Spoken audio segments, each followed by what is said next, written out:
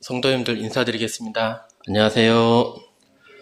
네, 주일에 이렇게 오랜만에 이렇게 뵙는 것 같습니다.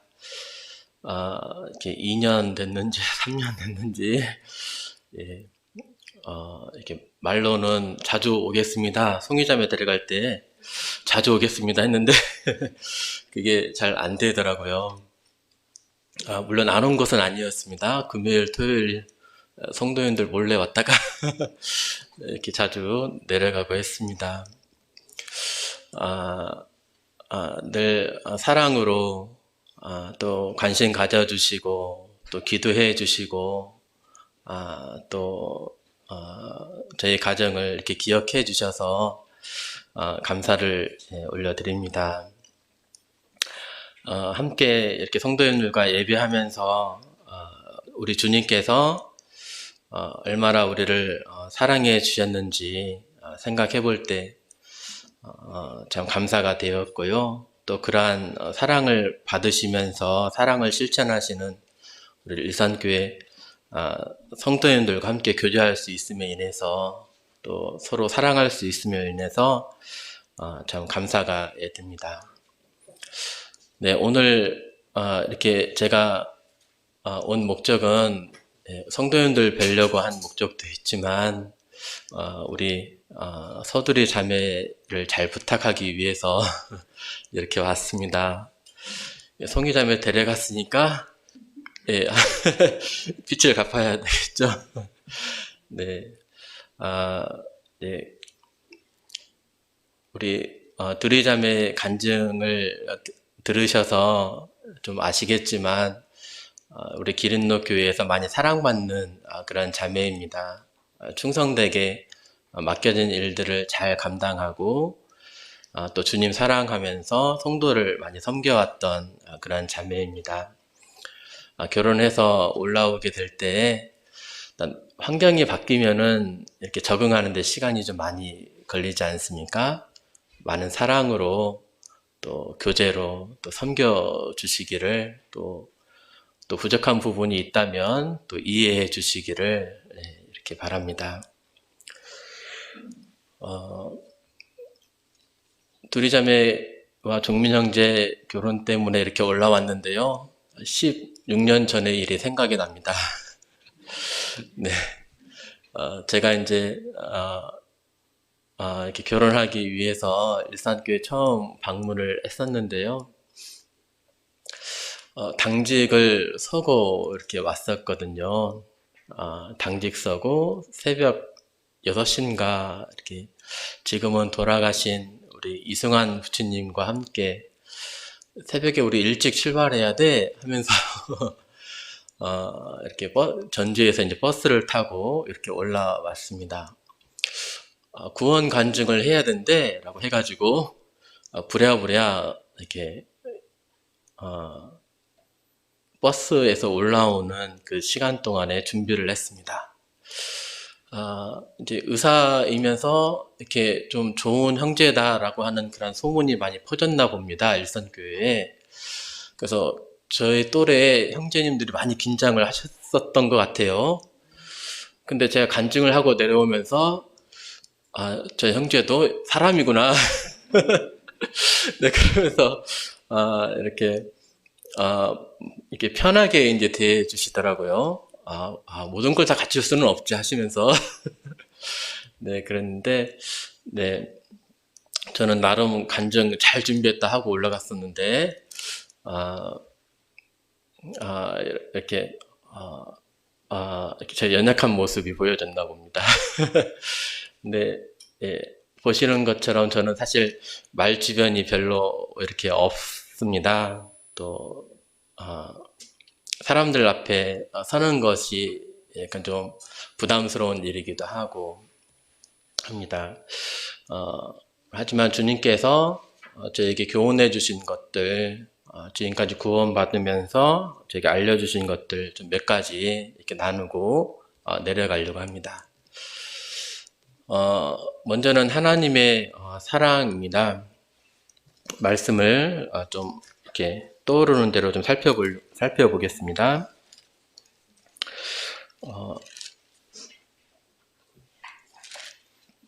로마서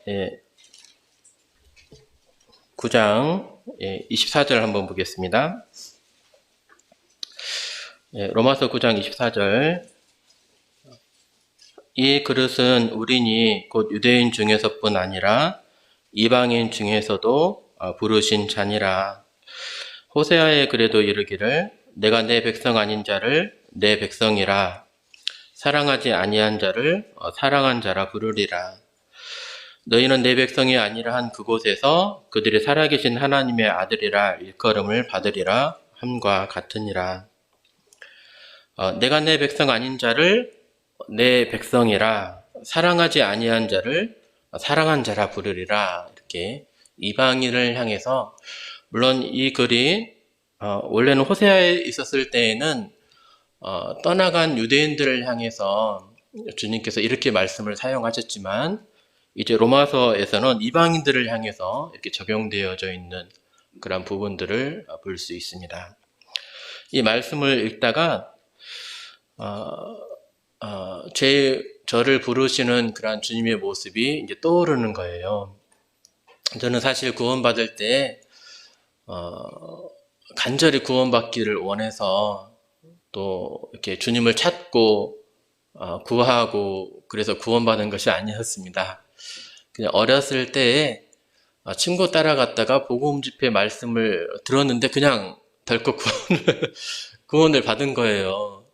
하나님께서 내 죄를 용서하시기 위해서 십자가에 달리셨고 다 이루었다 하시면서 돌아가셨구나. 그냥 그게 믿어졌습니다.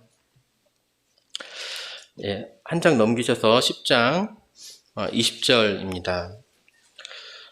이 사연은 매우 담대하여 내가 나를 찾지 않은 자들에게 찾은 바 되고 내게 묻지 않은 자들에게 나타났노라 말하였고, 이스라엘에 대하여 이르되 순종하지 아니하고 거슬러 말하는 백성에게 내가 종일 내 손을 벌렸노라. 내가 나를 찾지 않은 자들에게 찾은 바 되었다. 묻지 아니한 자들, 구하지 아니한 자들에게 나타난 바 되었다. 거슬러 말하는 백성에게 내가 종일 내 손을 벌렸노라. 잠언서에도 보면 이와 비슷한 내용이 나오죠. 길목 모퉁이에서 사거리에 서서 부르시는 그런 지혜의 모습을 봅니다. 내가 여기 있노라, 내가 여기 있노라 라고 주님께서 나를 향해서 이렇게 부르셨구나. 두 팔을 벌려서 주님께서 오래 찾으시면서 나를 부르셨구나 하고 하는 그런 모습이 이 말씀들을 통해서 기억이 되어지면서 참 감사가 되었습니다. 저는 주님을 모른 채 이렇게 살아왔었는데 주님께서 먼저 나를 사랑해 주시고 창세 전부터 택해 주시고 또 주님께서 내가 태어나기도 전부터 그리스도를 통해서 내 모든 죄를 용서하실 만큼 또 사랑해 주시고 또 용서해 주시고 주님 없이 마음대로 살아가던 그러한 영혼을 불쌍히 여기셔서 이렇게 불러주신 그러한 은혜에 이 말씀을 보면서 참 감사가 되었습니다. 구원을 덜컥 받았는데 주님에 대해서 얼마나 알겠습니까? 단순히 이렇게 그냥 구원해 주신 분, 또 하나님에 대해서만 이렇게 알았는데요. 참 주님을 알아가면 알아갈수록 참 놀라운 분이시고 그분 앞에 무릎을 꿇고 경배드리지 아니할 수 없음을, 또 사랑 고백하지 아니할 수 없음을 또 보게 됩니다. 우리 주님은 어떠한 분이십니까? 골로새서 한번 보겠습니다.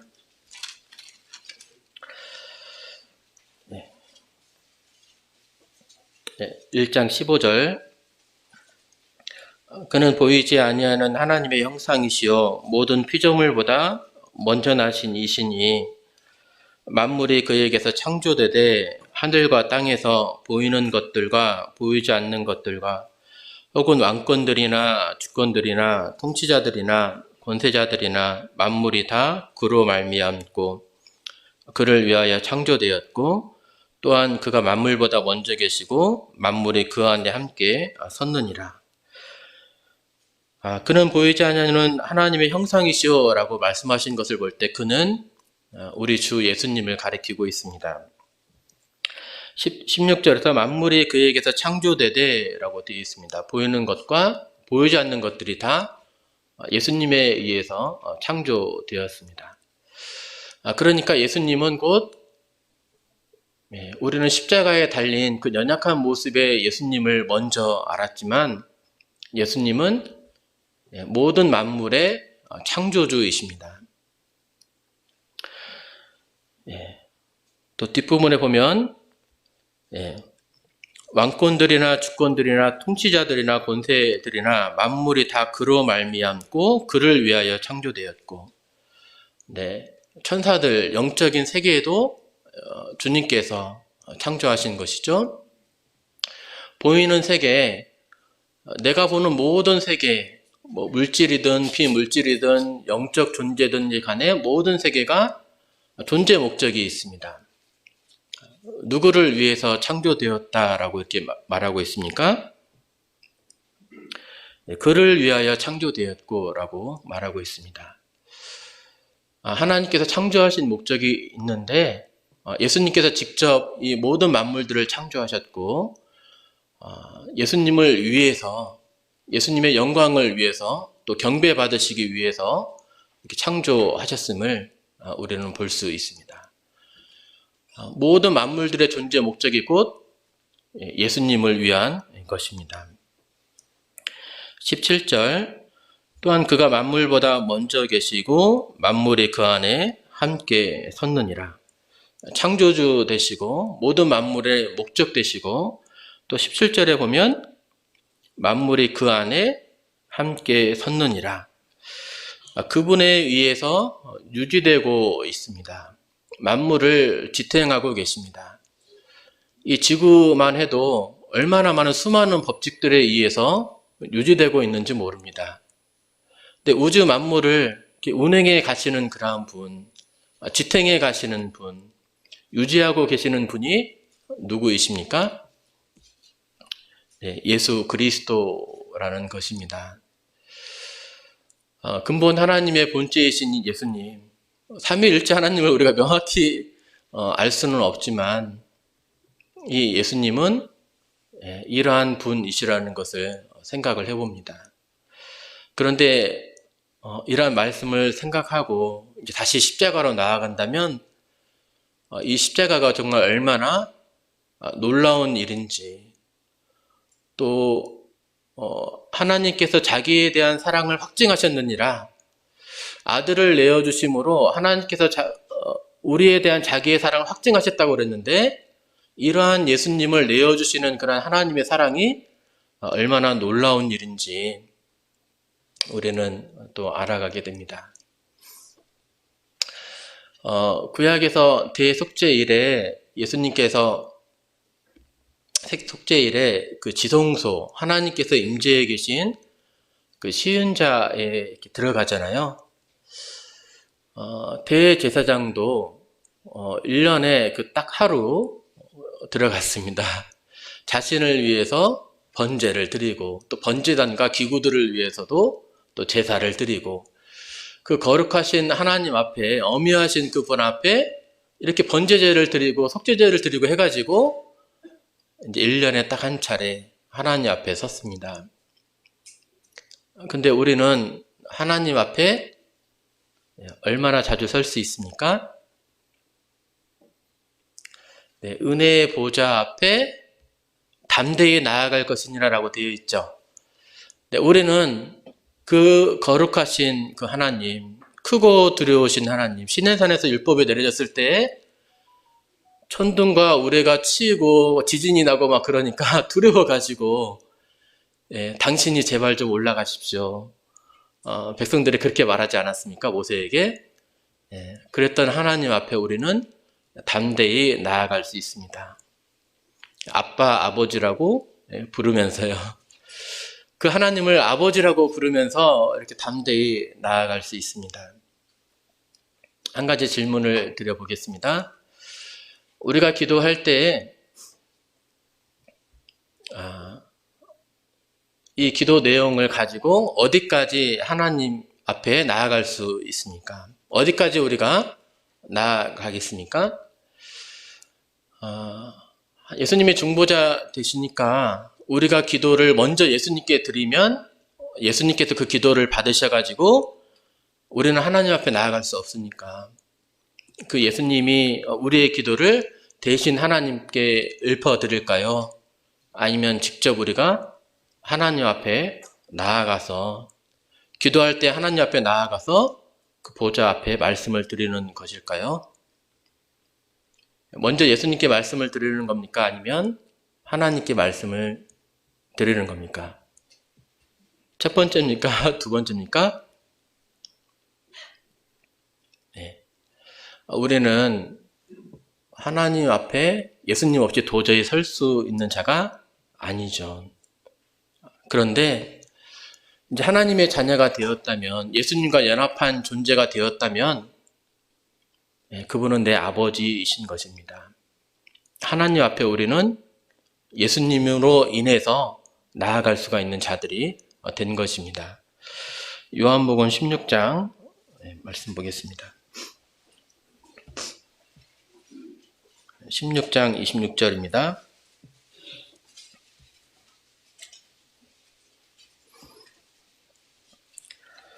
16장 26절 그날에 너희가 내 이름으로 구할 것이요 내가 너희를 위하여 아버지께 구하겠다 하는 말이 아니니 그날이 되면은 예수님의 온전한 속죄 사역이 이루어지고 성령님께서 우리 안에 오시게 되는 그 날이 되면 너희가 내 이름으로 구하겠대요. 내가 너희를 위하여 아버지께 구하겠다 하는 말이 아니래요. 네, 우리는 하나님 앞에 직접 나아갑니다. 네, 예수님으로 인해서요. 이는 너희가 나를 사랑하고 또 내가 하나님께로부터 온 줄 믿었으므로 아버지께서 친히 너희를 사랑하심이라. 네, 왜 우리가 하나님 앞에 나아갈 수 있습니까? 네, 아버지께서 친히 너희를 사랑하심이라. 네. 이것은 어떤 관계적인 측면이 영향을 많이 끼치는 것 같습니다. 어떤 친밀도, 예. 어떤 사랑하는 사람이면 얼마만큼 가까이 나아갈 수 있습니까? 거리낌이 있을까요? 전혀 없어요. 그렇죠? 사랑하는 사람이면 예, 부부 사이에는 한 몸이 되잖아요. 하나님과 우리 사이는 어떻습니까? 어떤 가로막힌 벽이 있습니까? 우리는 하나님 앞에 나아갈 수 없는 그런 자들입니까? 네, 하나님 앞에 나아갈 수 있는 자들이 되었습니다. 아버지께서 친히 너희를 사랑하심이라. 근데 약간 거리낌이 있어요. 그렇죠? 내 자신을 볼 때 이게 거리낌이 있는 거예요. 내가 내 자신을 볼 때 어떻게 하나님께 나아갈 수 있을까? 또 때로는 하나님을 이렇게 피하고 싶어. 하나님 없이 좀 살아보고 싶어.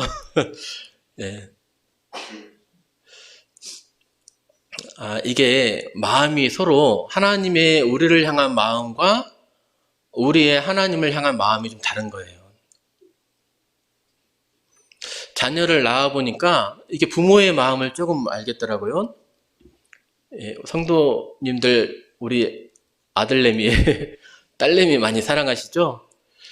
눈에 넣어도 아프지 않을 만큼 사랑하시지 않습니까? 근데 그 딸내미와 아들내미도 그러던가요?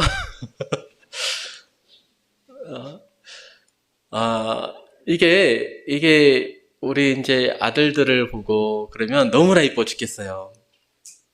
근데 아들들의 마음은 내 마음을 몰라주는 것 같아. 그러죠. 근데 또 아들의 입장에서 또 저희 부모님을 생각해 볼 때, 이게 또 다르더라고요.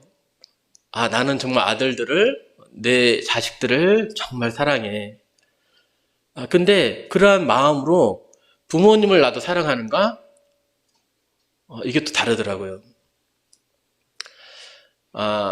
부모의 자녀 사랑의 그 마음은 하나님이 주신 마음이다라고 그러지 않습니까? 예, 하나님도 우리를 부모님보다도 더 이렇게 사랑하십니다. 그런데 자녀의 부모에 대한 마음처럼 우리의 마음도 하나님을 향해서 그러지 않는 것 같아요. 근데 하나님의 사랑을 우리는 좀 더 기억할 필요가 있습니다. 그 창조자이신 하나님께서 어떻게 그 더러운 죄를 짊어지시고 또 아버지 어찌하여 나를 버리셨나이까 라고 하시면서 십자가에 달리시면서 죽으셨는데 그 죽으시기까지 우리를 사랑해 주신 그러한 사랑이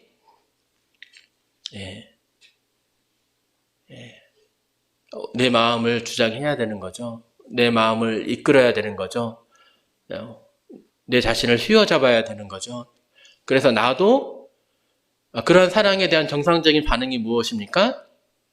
나도 주님을 사랑합니다.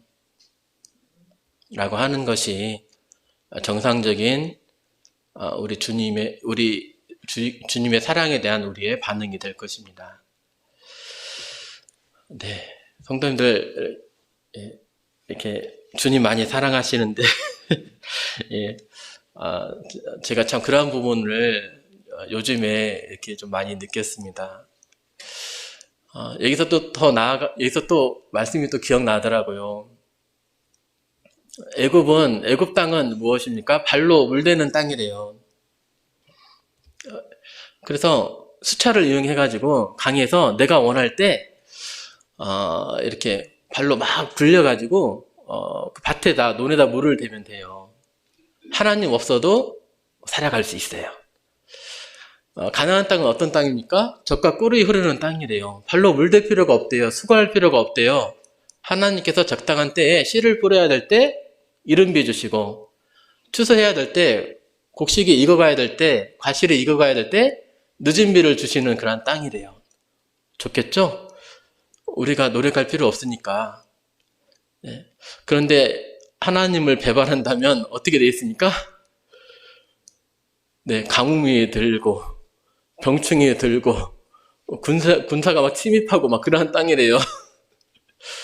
하나님을 먼저 섬기기만 잘하면 아무런 문제가 없대요. 먼저 그의 나라와 의를 구하면 이 모든 것을 너희에게 더해주시라는 그런 말씀처럼. 성도님들은 애굽 땅에 살고 싶으십니까? 아니면 가나안 땅에 살고 싶으십니까? 이미 정답은 알고 있습니다. 가나안 땅이요. 근데 실질적으로 제 삶은 하나님 없어도 살고 싶은 그런 마음이더라고요. 내 마음대로, 내 생각대로, 내가 하고자 하는 대로. 참 우리 믿음에 연약한 그런 부분인 것 같습니다. 이전에는 가진 것이 별로 없었을 때에는 하나님이 전부라고 생각하면서 살았습니다. 그냥 부모님께 용돈 받으면 드리고 때로는 다 드리기도 하고 쳐들고 있으면 막 드리고 근데 돈이 좀 많아졌어요. 돈이 좀 많아졌어요. 그러니까 이게 돈이 많아지니까 저희 차 집도 있고요. 차도 2대나 되고요. 그러더라고요. 그러니까 이게 더 많이 벌고 싶은 거예요.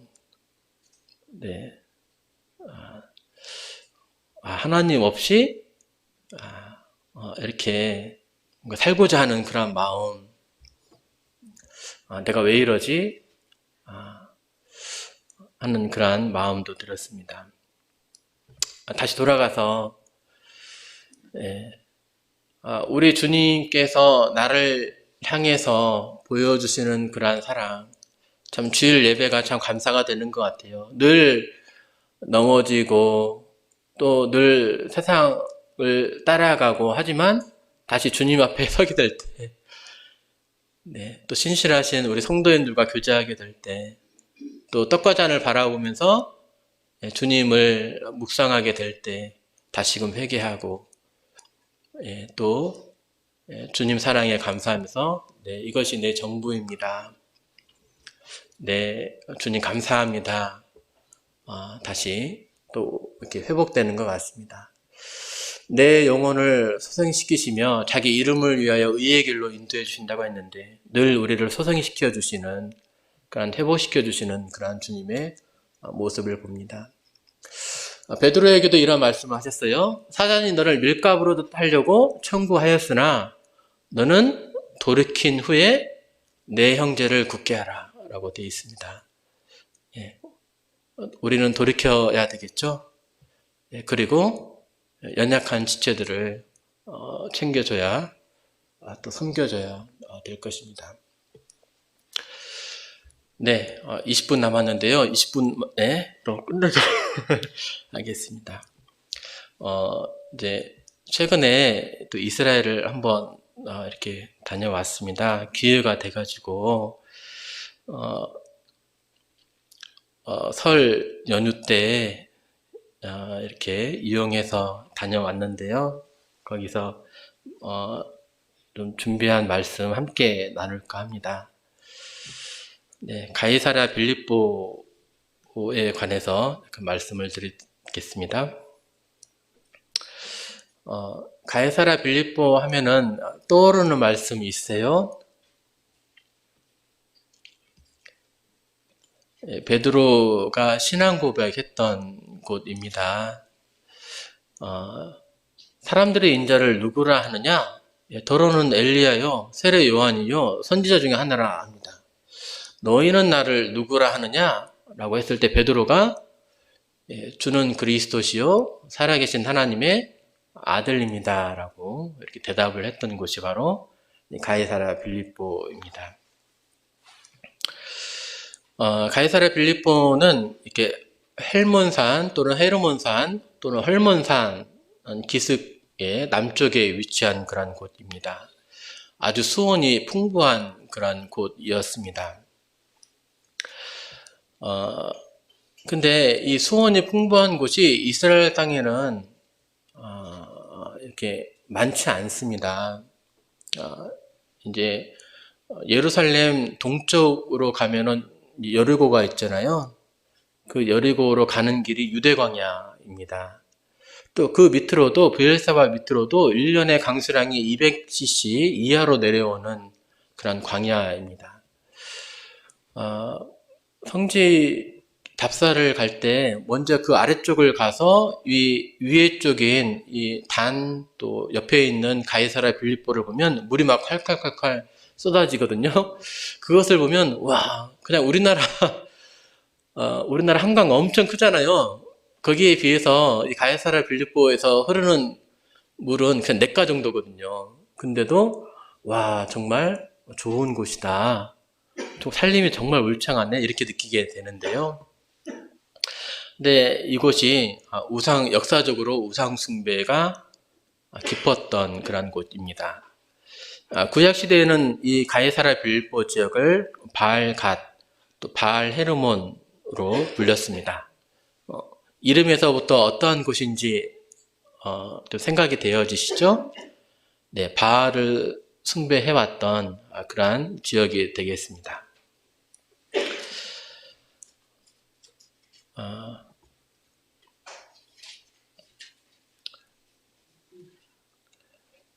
이제 이렇게 보이십니까? 여기가 이제 갈릴리 바다이고요. 여기가 사해, 염분이 아주 높은 그런 곳이어서 수영 못하는 사람도 수영 잘하는 사람이 된다 하는 그 사해입니다. 갈릴리 바다에는 가보나움에서 예수님께서 주로 이렇게 사역을 하셨죠. 근데 제자들을 데리고 그 위쪽으로 가이사랴 빌립보로 이렇게 갑니다. 화살표 보이세요? 네, 여기가 이제 그 이스라엘의 북쪽 가이사랴 빌립보고요. 좀만 옆으로 가면 단이 나옵니다.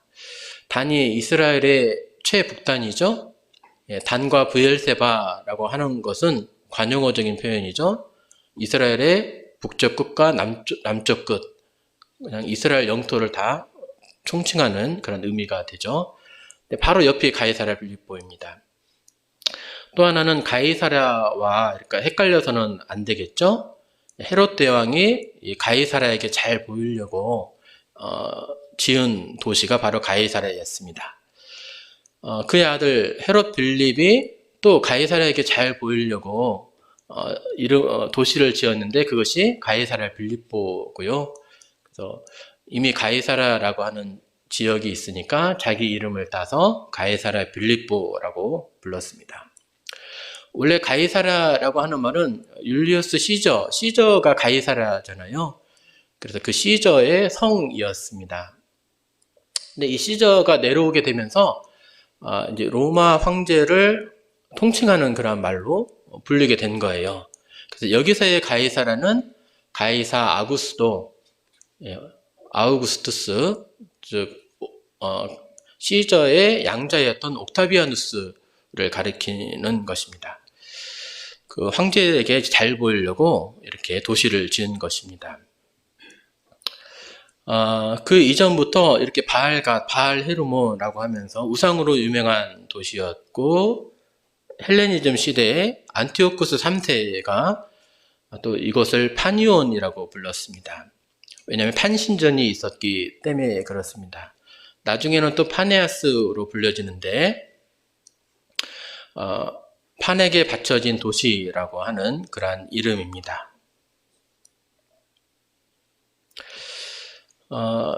여기 이 지역은 굉장히 울창한데, 이렇게 보면은, 이제 얼마나 유대인들에게 있어서 이 지역이 풍요로운 곳인가를 보여드리기 위해서 사진을 몇 장 준비했습니다. 여기는 유대 광야입니다. 예루살렘에서 여리고로 내려가는 그 길에 이렇게 광야가 있습니다. 와디 켈티라고 하는 그 유대 광야를 이렇게 보여줍니다. 어떻게 좀 살만하십니까? 다윗이 푸른 초장으로 나를 인도하시는도다 라고 했을 때 그 푸른 초장이 바로 여기입니다. 네, 우리는 이렇게 대관령 그 목장을 생각하잖아요. 근데 이제 이 지역에 있으면서 우기가 되면은 비가 조금씩 내려요. 그러면 그때 이제 양들에게 먹일 꼴이 좀 생겨나게 됩니다. 그러면서 목자가 이렇게 이런 곳에서 왔다 갔다 하면서 양들에게 꼴을 먹이는 거예요. 예, 그러한 것처럼 주님께서 환난 가운데에서도 우리에게 필요한 양식을 공급하시며 인도하심을 경험한 그런 노래가 되겠습니다. 여기가 이제 유대광야 이제 동쪽 끝에 가면 여리고가 나오는데 그 여리고에서 바라보는 산이 있습니다. 이게 시험산, 예수님께서 시험을 받으셨던 곳, 예, 세 번의 시험 중에 한 번은 성전에서 뛰어내리라 하잖아요. 그건 예루살렘에서 있었던 시험이고, 그 시험산, 나머지 두 시험은 이곳에서, 이렇게 일어난 일이다, 이렇게 생각하고 있습니다.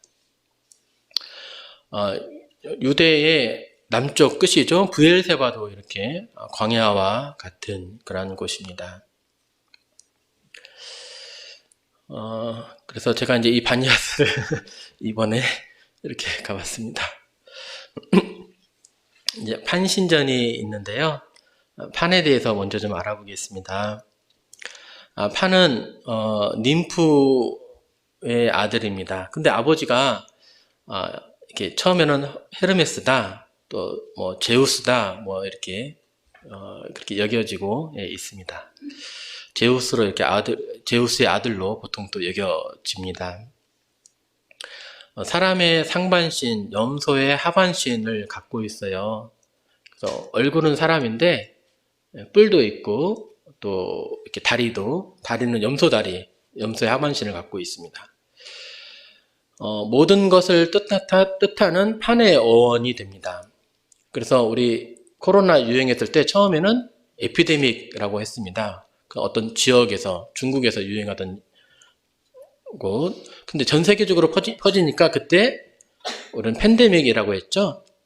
예, 전 세계적인 그런 유행. 모든 것을 가리키는 이 폐닉, 바로 이 판신에서 왔습니다. 또 폐닉이라는 말도 들어보셨죠? 약간 좀 이렇게 호색가여서 혼자 있는 여인에게 뒤에서 갑자기 나타나니까 패닉에 빠지잖아요. 네, 그래서 이제 패닉이라는 그런 어원도 이렇게 나타나게 됩니다. 네, 조각상입니다. 이러한 신을 섬기던 그런 곳이었어요. 숲과 자연과 목자와 음악의 신이었습니다. 참 우리가 어떤 분을 나의 주님으로 섬기고 있는지 참 감사한 일이지 않을 수가 없습니다. 이러한 판신을 섬긴다면 판신을 섬긴 사람들은 어떻게 됐을까요? 신 자체가 이러한 호색가예요.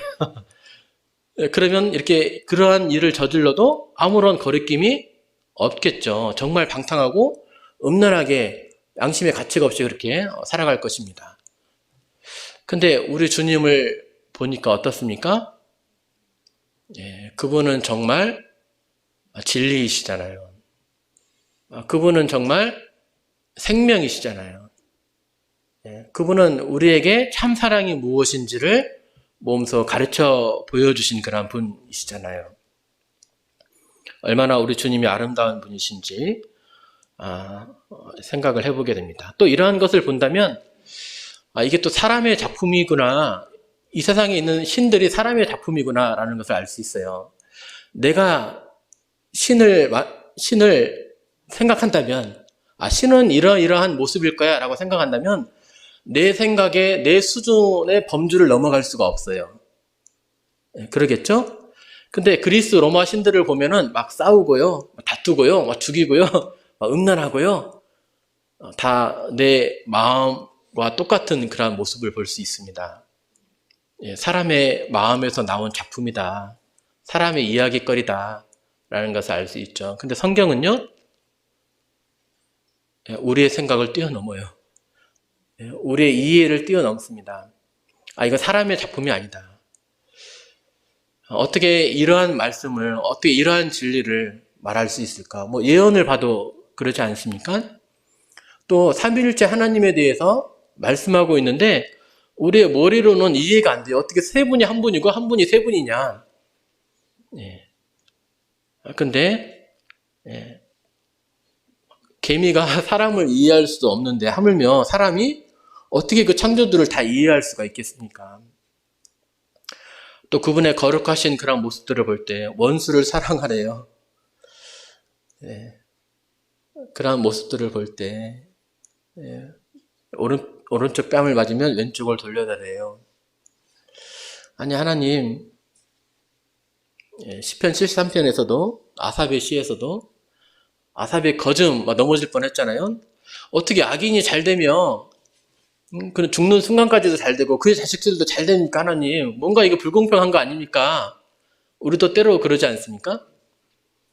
그런데 주의 성소에 들어갈 때야 결말을 깨달았습니다. 우리의 시야는 늘 70년, 80년 인생밖에 안 되는데 영혼을 계산해 놓고 본다면 공평한 거죠. 하나님께서 갚아주시니까. 이게 인간의 수준을 뛰어넘는 그러한 말 아닙니까?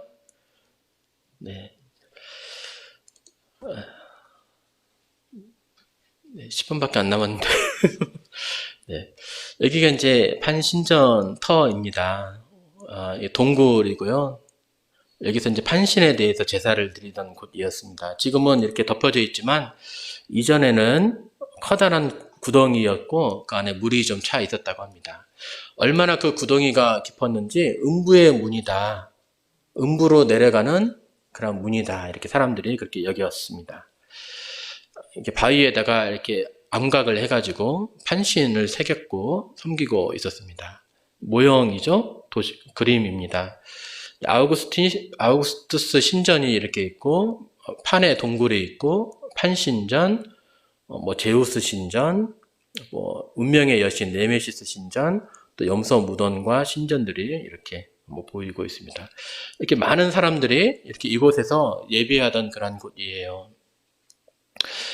단을 보면은 그래도 약간 유다의 성전과 비슷하게 이렇게 뭐 7월 달에 대속죄일이었다면 8월 달에 이렇게 하고, 제사장들도 원하는 사람으로 이렇게 했지만은 그래도 제사장도 있고 제단도 있고, 그래서 약간 이스라엘 유다 비슷하게 이렇게 단에서는 했습니다. 근데 여기서는요 완전 헬라화된 그런 도시였던 거예요. 예. 세상의 우상이 가득한 그런 곳이었습니다. 우상 숭배의 중심지라고 말할 수 있었을 거예요. 다시 말하면 세상의 중심지라고 말할 수 있을 것입니다. 이렇게 많은 양의 물이 흐르고 있어요. 아까 그 광야를 보고 여기를 본다면 이곳이 정말 얼마나 살기 좋은 곳인가, 은혜로운 곳인가. 근데 이 은혜를 생각하지 못하고 하나님을 보지 못하고 우상을 섬긴 그런 모습을 볼 수 있습니다. 예, 좀 넘어가겠습니다. 예. 근데 여기서 예수님께서 이곳으로 데려가세요. 너희는 나를 누구냐라고 물으십니다. 왜 이곳에서 주님께서 너희는 나를 누구냐라고 물으셨을까요? 원래 역사를 많이 행해오던 그러한 곳, 가버나움에서도 할 수 있었을 것이고, 오병이어를 먹이신 베세다에서도 할 수 있었을 것이고, 그곳에서는, 베세다에서는 사람들이 주님을 많이 따랐어요. 남자만 5,000명을 모였거든요. 그러면 한 2만 명 정도 됩니다. 근데 2만 명이면 어마어마한 숫자입니다. 나사렛에는 한 200명밖에 안 된대요, 인구가. 또 가버나움은 큰 도시잖아요. 근데 1,000명, 2,000명밖에 안 되는 거예요. 그 당시에 인구가 고고학적으로. 예. 그 터를 이렇게 조사해서 그 마을들을 발견한 것을 토대로 계산하면 되잖아요. 그러면 그 당시에 2만 명이었으면 예, 정말 임금 삼을만 하죠. 원하기만 하면 임금 될 수 있죠. 네. 근데 주님은 거기서 인기 많은 곳에서 이렇게 너희는 나를 누구냐 물으시지 않으셨습니다. 오히려 예, 주님을 모른다 하는 곳, 우상 숭배가 가득한 곳, 세상의 중심에서 예, 너희는 나를 누구냐 이렇게 물으셨습니다.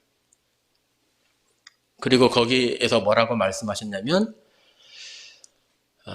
시몬 베드로가 주는 그리스도시요 살아계신 하나님의 아들이시니이다. 그 고백을 들으신 이후에 너는 베드로라 하시면서 내가 내 교회를 세우리니 라고 말씀하십니다. 어떻게 보면 선전포고와 같다라고 이렇게 볼 수도 있을 것 같아요. 온 세상에서는 하나님을 부인하고 예수님을 거부하고 받아들이지 않고 다른 신을 섬겨오고 있습니다. 근데 주님은 거기에서 내가 내 교회를 세우리라 라고 말씀하셨습니다. 결과는 어떻게 되었을까요? 원래 예루살렘, 초대교회가 생겨난 곳은 예루살렘입니다. 예루살렘은 종교에 목숨을 거는 그러한 곳이었습니다. 그렇습니까? 예수님을 죽인 것도 자칭 하나님의 아들이라 해가지고 신성모독죄를 해가지고 죽인 거예요. 그런데 초대교회가 예루살렘에서부터 시작이 됩니다. 기적이죠. 베드로는 주님을 경험을 했습니다. 주님이 어떠하신 분인지를 알았어요.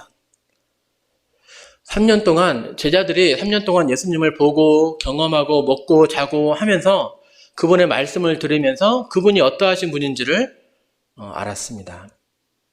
그리고 부활하신 주님을 만났어요. 야, 그 이름으로 말하지 마. 그 이름으로 말하면 감옥에 가둘 거고 너도 곧 죽임을 당할 거야. 사도행전에 보면 이렇게 말하죠. 그래가지고 두려워가지고 제자들이 복음을 전하지 못했을까요? 아니에요. 더 담대하게 전했어요. 왜 전했을까요? 자신이 믿는 바가, 자신이 만난 예수님이 정말 하나님이셨거든요. 부활하신 그 예수님을 내가 분명히 보았거든요. 사람이 거짓을 위해서는 죽을 수 없어요. 근데 내가 정말 사실이라고 믿는 것, 내가 확신하는 것을 위해서는 내 목숨을 걸 수도 있습니다. 그 제자들은 자신이 믿는 바가 너무나도 확실했던 거예요. 나는 분명히 부활하신 예수님을 보았고 그분을 경험했는데 그분은 진짜 나와는 다른 하나님이셨어.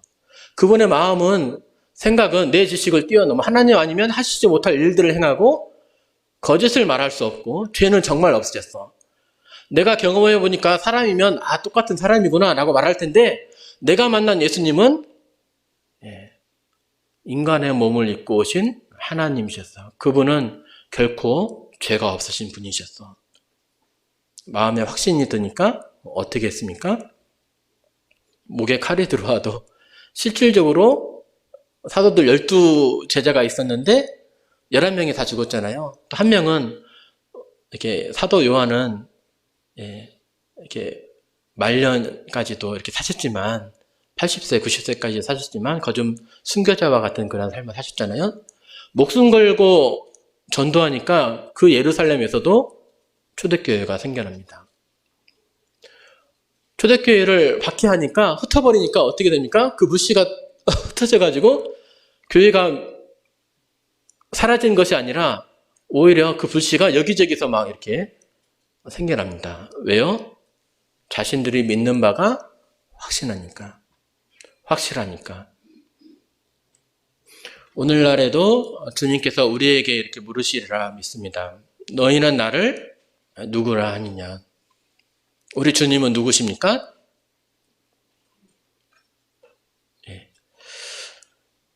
네, 장로님의 하나님이시고요. 저희 하나님은 아니에요. 멀리 계신 하나님이시고요. 저는 아니에요. 입니까? 하나님은 나의 하나님이시잖아요. 하나님께서 나를 위해서 목숨을 버리셨다는 것이 분명하잖아요. 그분이 나를 위해서 이렇게 사랑하셨다면 나도 그분을 사랑하는 것이 마땅하잖아요.